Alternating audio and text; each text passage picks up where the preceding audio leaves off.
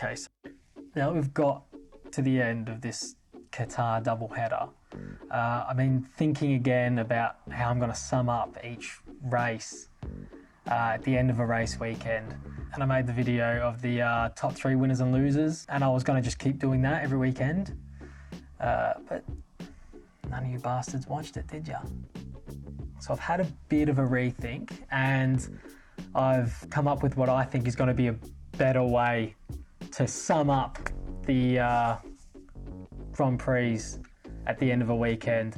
And so we're going to go into doing power rankings from now on, and we're going to be ranking a top 10 at the end of each Grand Prix.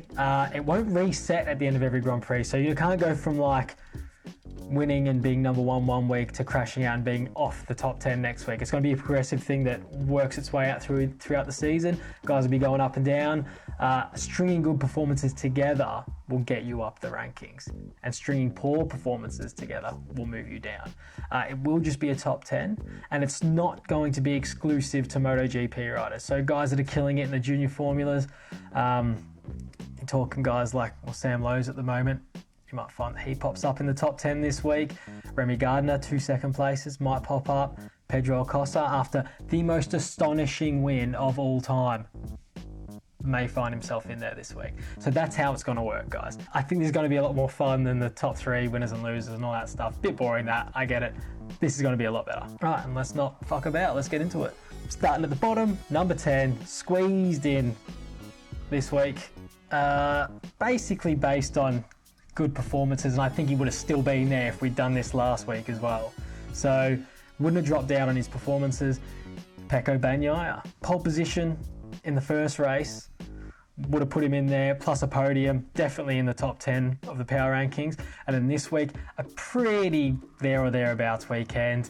Probably dropped down a little bit. It's just held on to his top 10 place here, just good enough to still make it. And this is where it gets interesting, guys, because we go up to number 9. This is what I'm talking about. If you put good performances together, it doesn't matter which class you're in, you're going to get in. Number 9, I've got Darren Binder. Big dive bomb, Darren. Obviously, his pole in the first race, sensational. Just made everyone else look a bit stupid. The way they played that was perfect. Got a good result, very close to winning it. Podium there, and then had a good second race too. Yeah, all round solid. Definitely worth a spot in the top 10. Great weekend for Darren Binder. Number 8, I've gone for Remy Gardener. So we're into the Moto2 now. Can't complain with what Remy's doing at the moment. 2 second places. First race struggled to get to Sam Lowes, but second race there really kept him honest in that second race. And to be honest, I was a little bit disappointed he didn't throw a wheel up the inside on that last corner.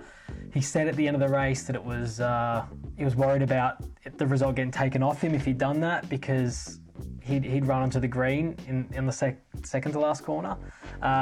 And look, and that's maybe he was right. He probably did the right thing there. Just tried to line up a run to the line rather than throw it up the inside and get the result, cancelled off or whatever, and get demoted back to second anyway. Yeah, good signs for Remy at the moment, and hopefully he can get to a point where he can throw that wheel up the inside. We'd love to see him be a bit more aggressive there, I think, and really take it to Lowes. And great 2 weeks all round.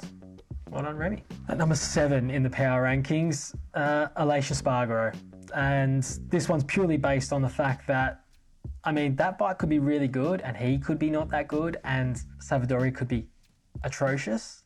Or we can only take it as it is, you're beating your teammate by probably over half a lap. So I'd say that's good performance. Anyone else on this list, if they were coming in the top 10 in races and consistently closer to the top 4 or 5 in all practice and qualifying, and your teammates last, then it's a bit of a, you're killing it, really. So that's what gets him in above like Bagnaia and stuff like that. Just the fact that he shouldn't be doing as good as he is, as far as we know. Number 7 for Aleix, he's really impressed me this year. Long way to go, obviously, but hopefully he can keep it up. At number 6, the new boy sensation this weekend, Jorge Martin. Really cracking qualifying lap. The bit that surprised us all the most was that there wasn't that drop off that he had in round 1. He got himself out in front. It's obviously very strategic for everyone else. Just let him do his thing up there, but he kept decent pace. And then he rode a really nice race to get himself onto the podium at the end. It was super tight. Like, what a tight race. It was 15 guys within 6 seconds or something like that. It's crazy. He dictated that pace and made sure that at the end, when the pace did hot up, when Cuatro decided to go, he had enough there left to keep himself in podium contention there, and really top right. Really impressed. So, yeah, George Martin. Well done, mate. At number 5, and this is, I mentioned this at the top, but Pedro Acosta. This kid is something else, right? This kid is unbelievable. Like, I'm sure I don't have to say anything. If you watched it, then you'll know what I'm talking about. And if you didn't watch it, find it. Watch it somewhere, please. Like, it was amazing. Kid starts in pit lane. Marc Marquez hasn't retired yet, and Spain already has their second coming. Unbelievable. At number 6. No, at number 5, I've got him. Pedro Acosta, what a ride, leading the World Championship. What more can I say? At number 4, we've got Maverick Vinales. Now, a few people probably think he should be higher because it's 2 good races. The first win was really impressive, but look, guys, you're only as good as your last race. So based on the performance of the last race, where he wasn't quite there to go and push on to win the race or even get on the podium, really. So knocks him back down the order. Probably would have been number 1 at, well, obviously, because he won the race. Would have been number 1 at the end of last weekend, but, yep, you got to do it back to back. It's number 4. And number 3, pole to win. No one laid a glove on him all weekend, or for 2 weeks. No one laid a glove on him. Sam Lowes, number 3, maximum points, pole positions. What more can I say? He's the most dominant rider across all 3 categories at the moment, so gets him up to number 3. At number 2, Johann Zarco. Could have easily put him up to number 1, but I like race winners, you know, and to be leading the World Championship, brilliant. Just couldn't get it done in the race, which is fair enough. I mean, he's on a satellite bike and a satellite team, and look, it's not easy. The Yamahas were good all weekend, but yeah, to get to number 1 of the power rankings, I'd like to see you win something. Yeah, number 2 for this week, which means number 1 is Fabio Cuatro. Like I said, you're only as good as your last performance, so ahead of Vinales. Same points in the championship, but you know, really top ride to just sort of turn it around after last week, where he was on the receiving end of Vinales' treatment. He just turned it back on him. Vinales couldn't follow him through.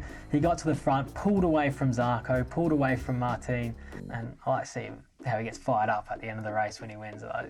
It's one of my favourite things. To see Fabio, just real passion there.